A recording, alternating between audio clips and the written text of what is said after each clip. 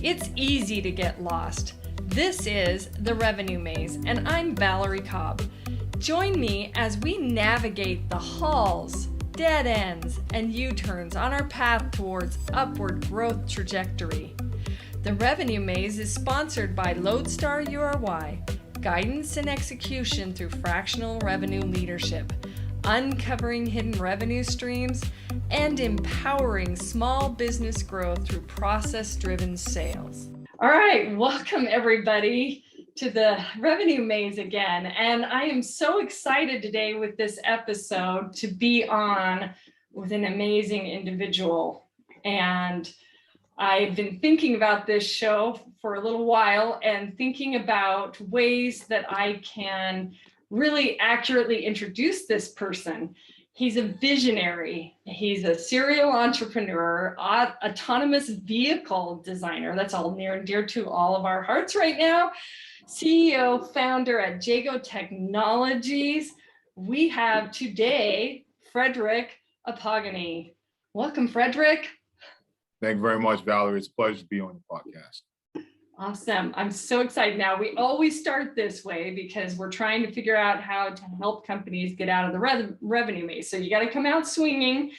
And I need to ask you the very first show question, which is, what is one strategy companies need to use to get out of the revenue maze and find the growth they're looking for? Great. I mean, it's a great question. I mean, there are different ways companies can get out the revenue maze and tap into some growth. So as we both know, revenue and capital are the oxygen of pretty much every business, and the lack of those two things there can lead to the closure of the business. And for us as a technology company, and for me, all my businesses have always been technology driven and being technology solutions. I'm big on using, or rather collecting, important customer data. Now, most businesses do not use their existing customer data properly or know how to gain access to future potential customers. And I'm not talking about name, email, and all the other stuff, but more so the buying behavior, the consumer behavior with their products or competitors' products. For us, or for myself, it's always been important to not just collect data, but to also organize that data effectively. So you're able to get the information that you need. For us, we use, when we're collecting data from our devices or solutions, sometimes I can collect a lot of unnecessary data. So again, not only are you collecting data, but being able to filter and organize that data into sets that you can use to gather better information about that customer's needs, the problems they're running into, their customer behavior, and just certain challenges or successes there. Now, once a business is able to collect or harvest this data on their customer's behavior, whether it's an existing customer, they're able to, every data shows you what a customer needs or what problems that they're running into. So if you could either upsell a new customer, an existing customer, you can introduce them to new products, by understanding that customer better, thanks to data. And you can also create programs that could potentially drive, referral-based systems from your existing target customers or the new ones, if done properly. I believe that when businesses are able to use or tap into their customers' data, that's why you have companies like Amazon. Amazon is able to retain you for a longer period of time because they understand you as a customer. They're able to refer or suggest better products that you probably weren't thinking about, right? Yeah. Like my wife orders all the time from Amazon. So you most likely order from Amazon or an Amazon customer. Yeah, I have to admit it. Exactly. So I started shopping on Amazon in college for books, right? And from them understanding my buying behavior from that one single product, they were able to introduce me to other products that were useful to me. And over time, I've become a long-term customer. Now, how the amount of money that I've spent at Amazon just by them being able to use that customer profile data and create new products or solutions for myself and others, that obviously has led to the growth of revenue in that company. And Amazon is a case study for most businesses, and being able to not just retain customers, but being able to actually grow their revenue as a result. So instead of chasing new customers, their focus has always been retaining new customers. So they're able to retain new customers. Now they go out, as I mentioned earlier, in the sense of data, they're able to go out and refer their own network to your business. And that's in a nutshell, to keep things concise, I believe that's the best way businesses in 2020, in 2022, and in this time and era, that's the best way to grow revenue, or one of the best ways to get out the revenue maze and grow revenue. Get out of the revenue maze. Yeah. It's interesting because a lot of the listeners on this show are small businesses, and Amazon, of course, is Right. massive. You said one thing that really struck a chord with me, and that was the whole analysis by paralysis. So I was very curious, sort of how you would have some of the small businesses figure out kind of what they would need to gather a little bit, because Amazon Sure. wasn't built overnight, so it did take them time Correct. to do that. And where did you start? Like, where do you start in your current company? Sure. I mean, so like going back to what you said about small businesses and they're not Amazon and not being able to gather the same amount of data Amazon's able to gather, they're able to utilize other SaaS solutions that reduce the cost of collecting data. Now, for a startup like JeGO, which is focused on e-mobility solutions, we're tapping into the power of not just autonomous electric vehicles and data collection there, but being able to build an infrastructure that benefits small businesses. Right? You asked how did we start? It started with a problem center around logistics.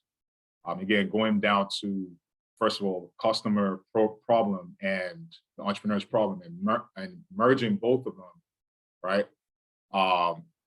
Being able to get products or urgent care services that you need, healthcare services that you need brought to your location, right? And as you had mentioned earlier, right now, majority of the market understands the importance of autonomous vehicles when it comes to logistics.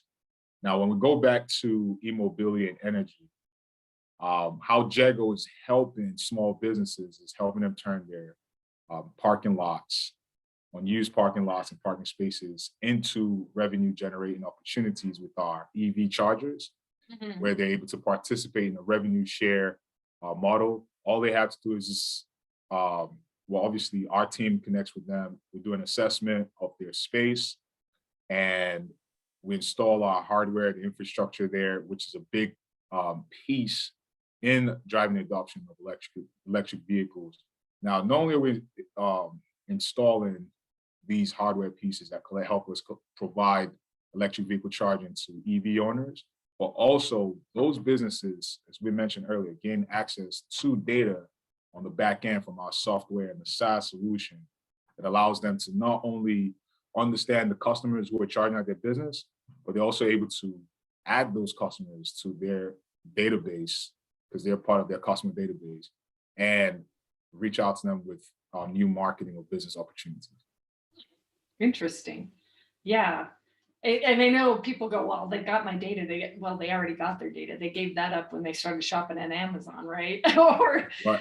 Well, so now speaking about data in sense of that part, whether it's your name or email, customers still have to opt in if they want to participate in that, because that's with the new policies. It's companies and everyone actually have this ethics that we have to follow when using customers' data. So we're not in support of unethical uses of data, but more so customer history or customer purchase history, and referring useful solutions or products to them, or reminding them about using that existing product. So, yeah. Yeah, I mean, we're in the digital deluge era, so it's really difficult to sift through things. So I've always appreciated that Amazon does make a recommendation, because it's like, oh, thank you. That takes me time to research and, you know, and if they know my buying behavior, then they know kind of what I need, and it takes me less time. It also Correct. puts people a little bit up against a wall for the guys who are trying to penetrate the market, you know, at making sure that they get set up properly. So it does get on my radar as well, you know, but Correct. And yeah, that's, yeah. go ahead. Go ahead. No, just adding to what you said, the new guy, I think that's what you mentioned, the new guys that are getting into the market, Amazon's platform allows them to get discovered. And those guys are small businesses, Yeah. right? Yeah. So the merchants on the platform, again, tapping into a bigger platform's data infrastructure to better manage your own business. You know, in 2022, there are a lot of tools and resources that allows businesses to connect with target customers, whether remotely or automating their processes. I mean, most payment gateways, such as Square and Stripe, offer rich data on customer behavior. So I do agree with you in regards to the Amazon part there with small business and the merchants.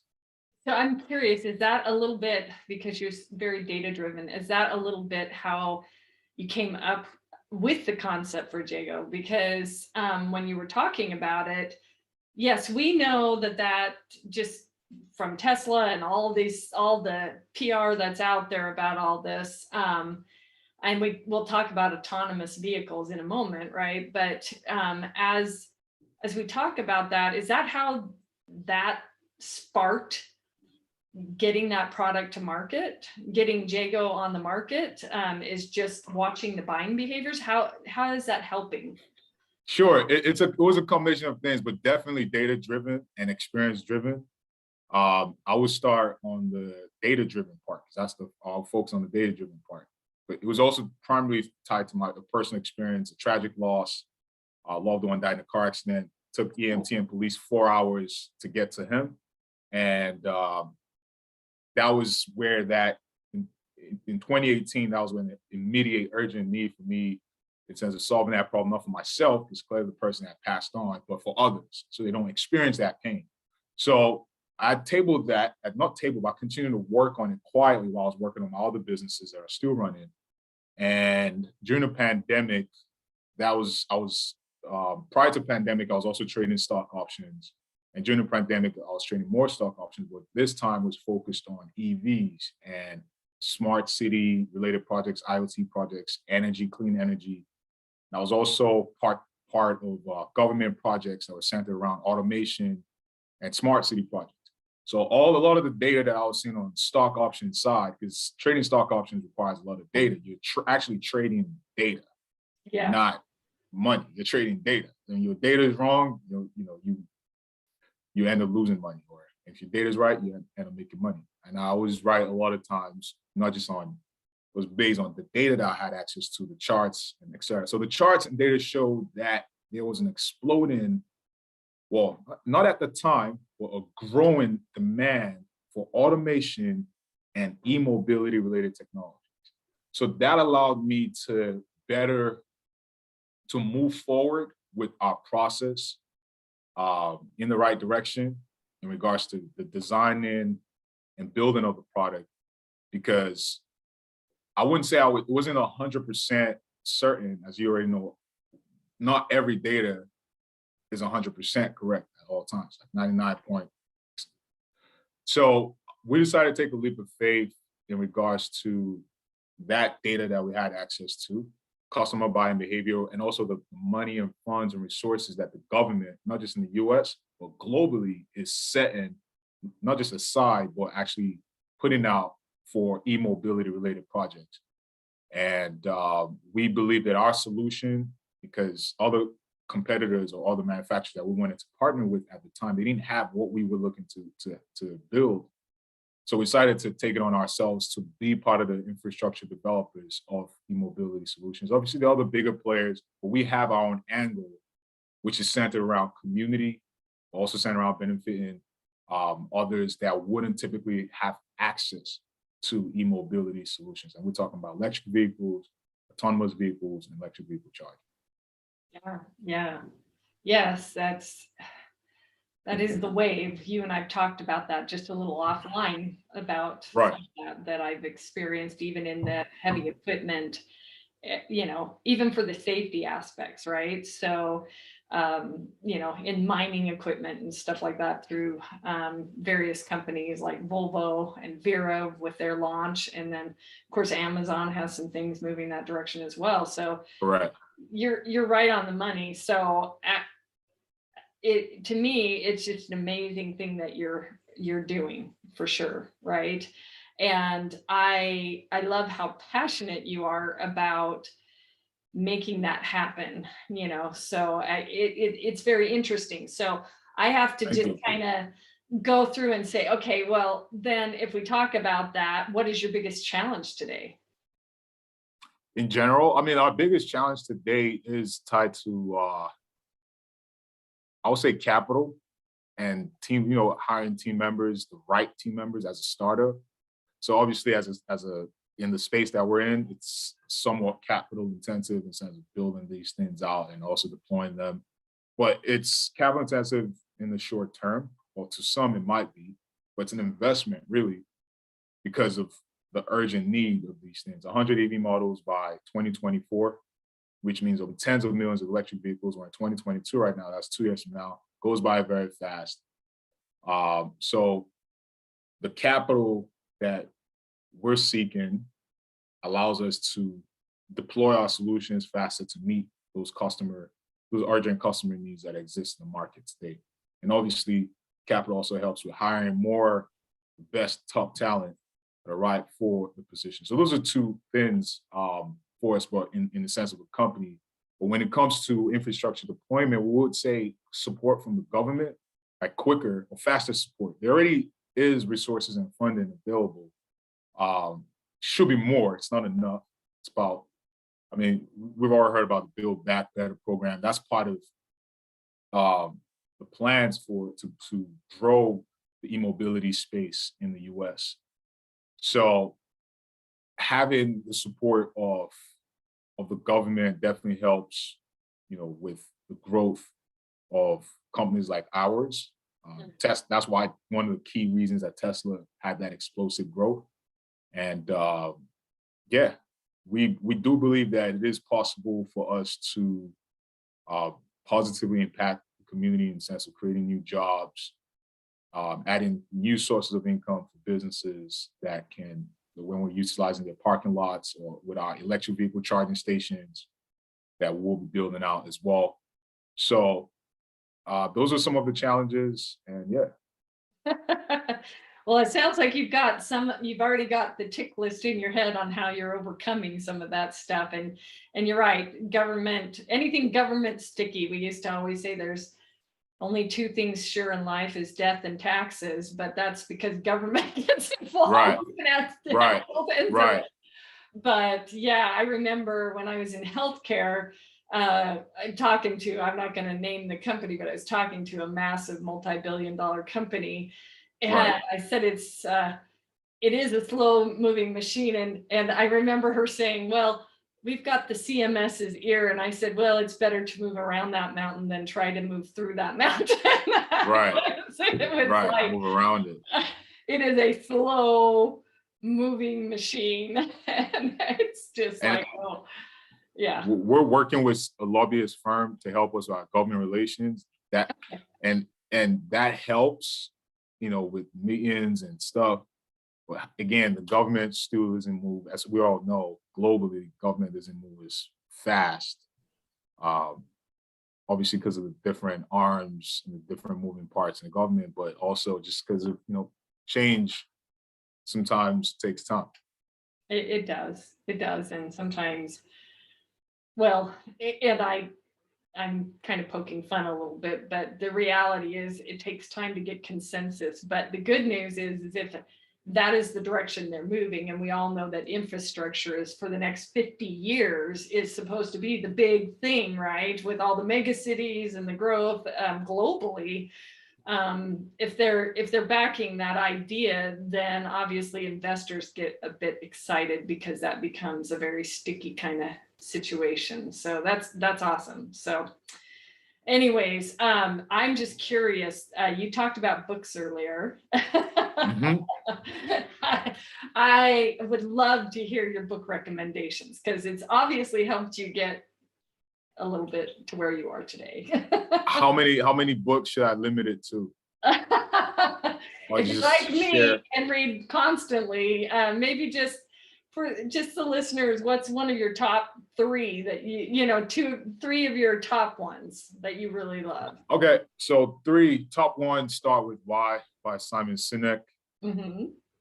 Great book, allows you to gain clarity. If you're already on pursuit of your purpose or searching for purpose, it allows you to gain clarity on that, but just for those who've never read the book, it's centered around how leaders of companies can draw stakeholders or attract stakeholders to their company by getting them connected to the why, the vision, not the what, because the what always changes, right? But the why, like Apple's why is simplicity, and they've been able to do that through multiple what's or vehicles, Sure. right?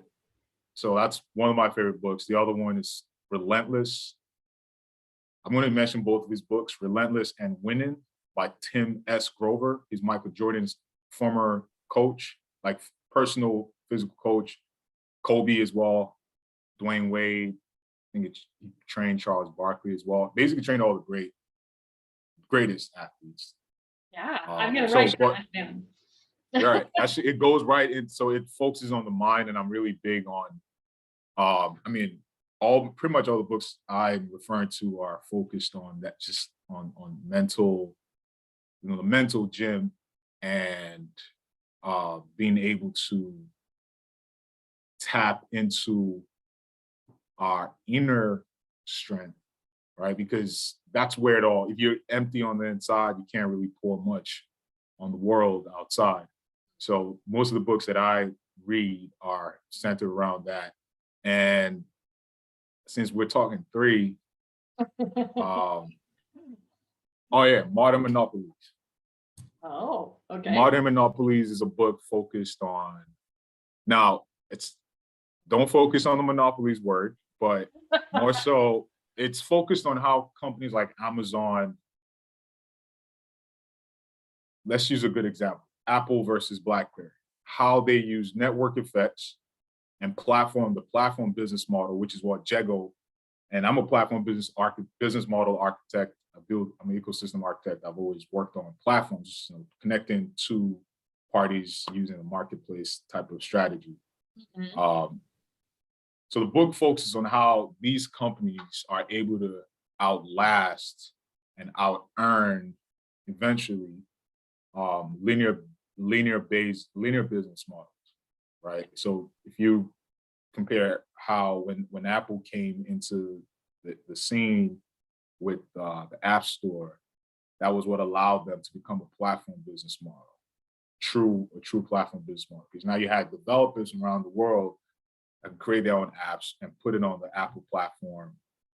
And obviously you have Apple Music and all the other different tools that are also platforms. Now, at the time, let's focus on the phones. With BlackBerry wasn't able to create that same platform or network effects that Apple did. And that was how Apple was able to outlast them. Same thing with Netflix versus Blockbuster. Yeah. Network effects. Yeah. And then Amazon was after Walmart with that, but Walmart responded and was able to get their platform. I'm surprised. Usually in that, Walmart was able to not outlast, but they survived that period. Yeah, that's an interesting one. Very interesting one. I thought they were going to go out of business during the pandemic, but they already had their platform. They were ready for that. They already had their own ecosystem of their platform, their online. So that allowed them. So that's what that book is focused on, using network effects, platform business models. Again, going back to what you asked earlier about how do you get out the revenue maze. Yeah. I am a strong believer that network effects allow businesses to tap again into that customer his purchasing data and profile, not just even that, but using that network effects where you bring them into your ecosystem and they bring on by sharing that link, they're bringing on 5, 10 people. So like, that's the power. I believe that's for us, that's what we're doing at JeGO. Yeah. We incorporate a platform business model. That's how we plan to keep growing our revenue in other ways. And it's a great way to build a moat. Yeah. When you have different levels of network effects per se, where a linear business model with a brick and mortar approach, right? If they had to open another or expand, they would have to build another location. Whereas if Amazon wants to expand to another territory, they just have to set up obviously there's an office need, but on the business side, they're not doing much more than just pushing X amount of buttons and setting up in that new territory. So I would recommend that as well, tying back to the focus of revenue maze.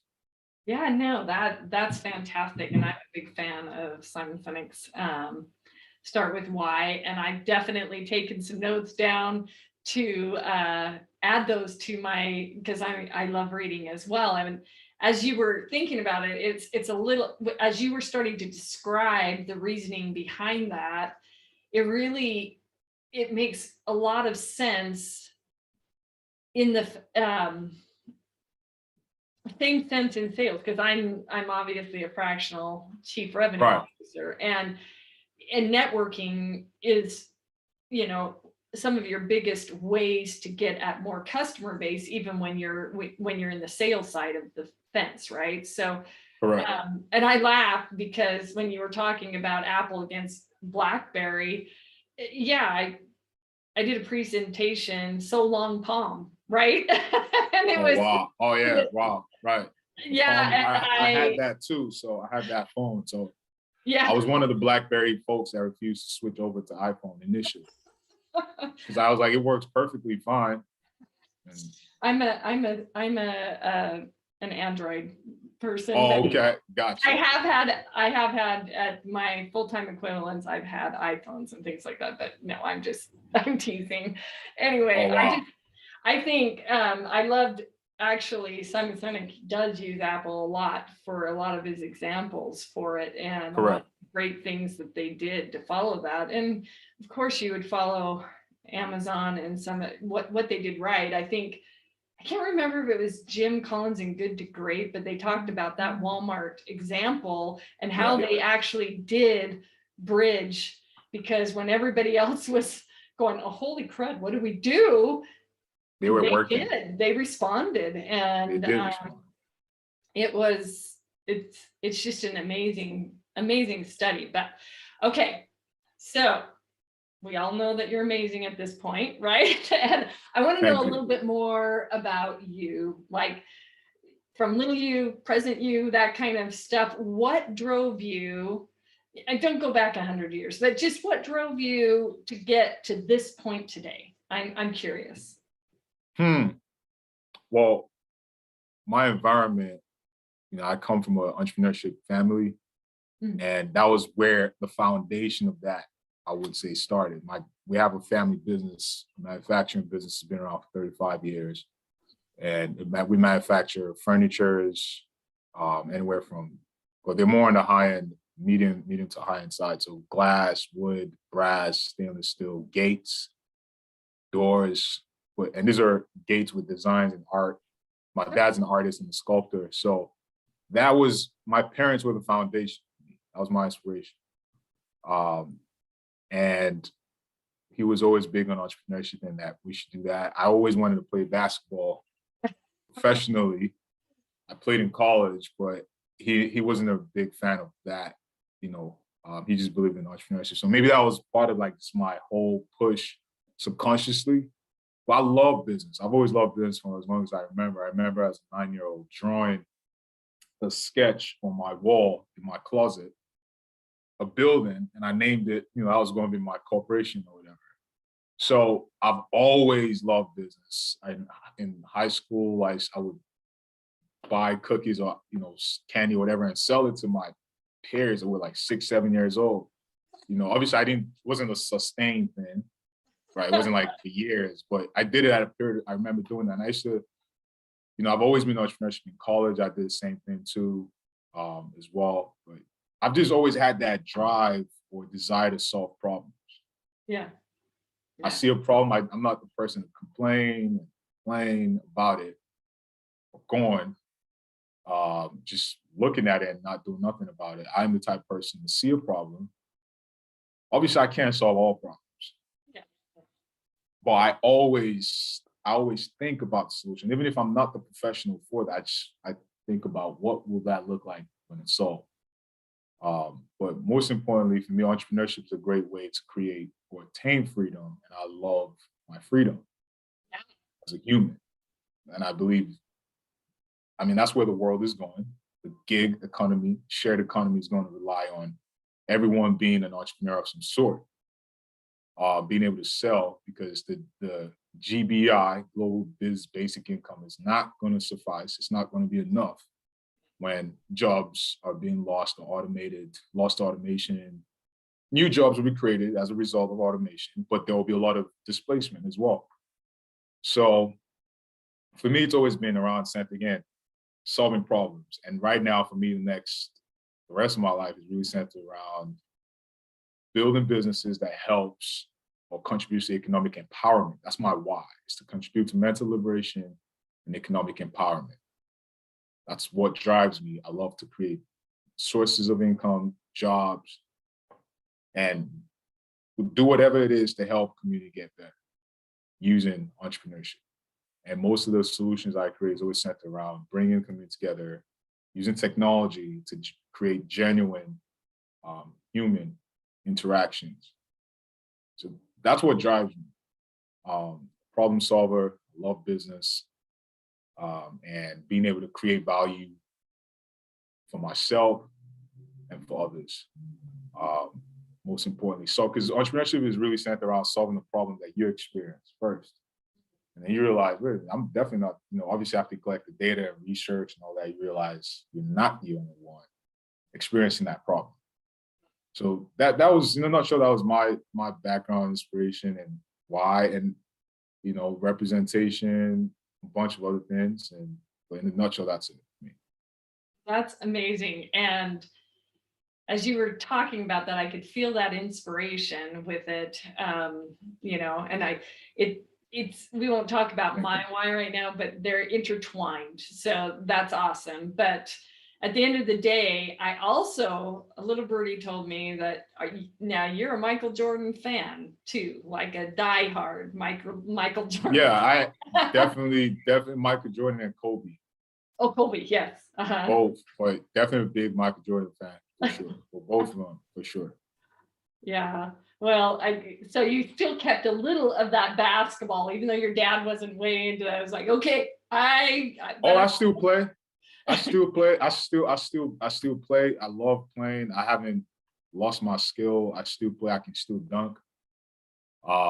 And I still love it. I play a lot of different sports. I love to swim. I skydive. Oh, wow. I do, I horseback riding. I just picked that up. I've apparently been pretty good at it. It's I'm natural, and I love it. It's free, and yeah. Yeah, I love those. I just love sports, and I'm an outdoors guy. I love sports. So, like you said, again, that's the type of person I am. I like to get my hands dirty. My hands always have to do something. Yeah. Probably I your don't mind hands and your hands. Yeah, it's both, because my both. dad taught me, when you paint, when you're doing sculptural work or doing anything with your hands, primarily, you're engaging your mind and also your subconscious mind. So whether it's sweeping the floor, washing a window, washing the table, anything you're doing really with your hands has to be productive, like producing something, or helping or supporting. That's awesome. All right. So we've learned such amazing things today from you. And I just need to ask you, how can people get a hold of you? They can find me on LinkedIn. My full name, Frederick Akpoghene. Maybe you can share the link as well. I hope you can share the link. I must share the link, because I'm not sure they'll know how to spell your last name. So, yes, exactly. So Frederick Akpoghene, and they can also connect with me on Instagram, Above Mind, spelled ABOVAVE VAV_mind.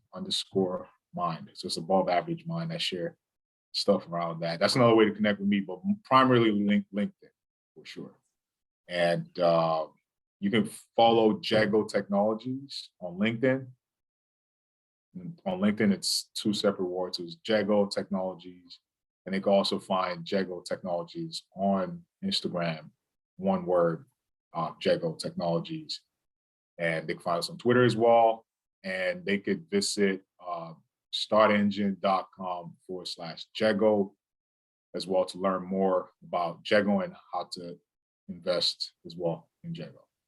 Yeah, that's awesome. And we'll list everything on the podcast channels and on YouTube, and a bit of a summary of what this was, because this was amazing. And so I'd like to thank all of the people who are listening for on the Revenue Maze. I always seem to jabber on a little bit, but anyways, I'd like to thank them all for listening, and I want to thank you again, Frederick, for being on our show. Thank you very much.